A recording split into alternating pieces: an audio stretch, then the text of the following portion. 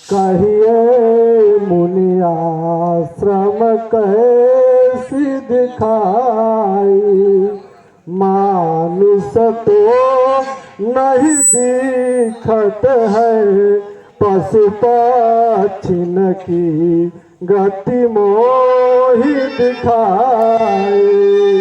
कैसी शिला मुनिराज यहाँ, यह संभ्रम में मोहि देव बताई।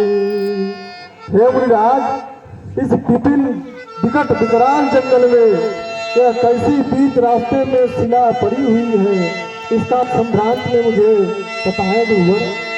गौतम नारी साप बच उपल देह धरि धीर, चरण कमल रज चाहती, कृपा करहु रघुवीर। यह कभी गौतम थी, अब शिला साप की मारे है।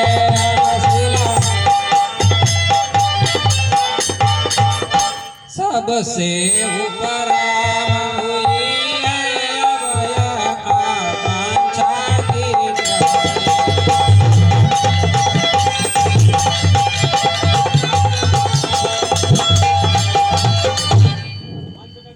यह पतिता पेट पथरी को, इस पतिता पेट पथरी को पदरज का चेतन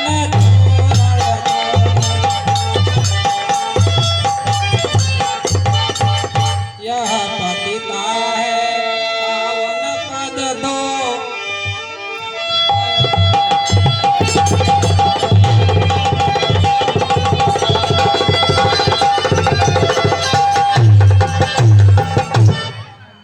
हे राम, यह महर्षि गौतम की पत्नी है और श्रापवश एक इसका दृष्टांत है, इसकी एक कथा है जिसमें कि एक बार छल से इंद्र ने यह परम सुंदरी अहिल्या का शील हरण किया था और जिस समय उन्होंने इस छल का सहारा चंद्रमा के साथ मिलकर के और समय में भेद किया, अर्धरात्रि के समय में भोर का चंद्रमा दिखा करके भ्रमित करके और मुर्गे का सहारा ले करके और अहिल्या का मान भंग किया। और जैसे ही गौतम मुनि जब गंगा के किनारे पहुंचते हैं तो माँ गंगा ने उनको बताया कि आपके साथ छल हुआ है और वह आश्रम में आके देखते हैं। आपत्तिजनक में स्थिति में जब इंद्र को देखा तब उन्होंने इंद्र को भी श्राप दिया और 1000 भग का उनको श्राप दे करके चंद्रमा को भी क्षय का श्राप दिया और साथ ही साथ अपनी पत्नी अहिल्या को पत्थर होने का श्राप दे दिया।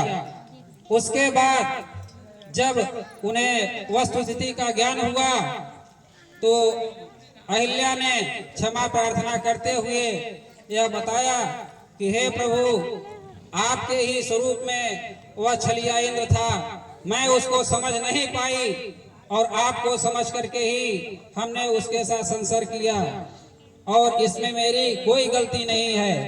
स्थिति को समझते हुए ऋषि ने इनको यह वरदान दिया कि जाइए आगे जब प्रभु का अवतरण होगा और त्रेता युग में उस समय जैसे ही उनका पांव आपको स्पर्श होगा वैसे ही आपका उद्धार हो जाएगा, आप पुनः हमारे लोक में आ जाएंगे।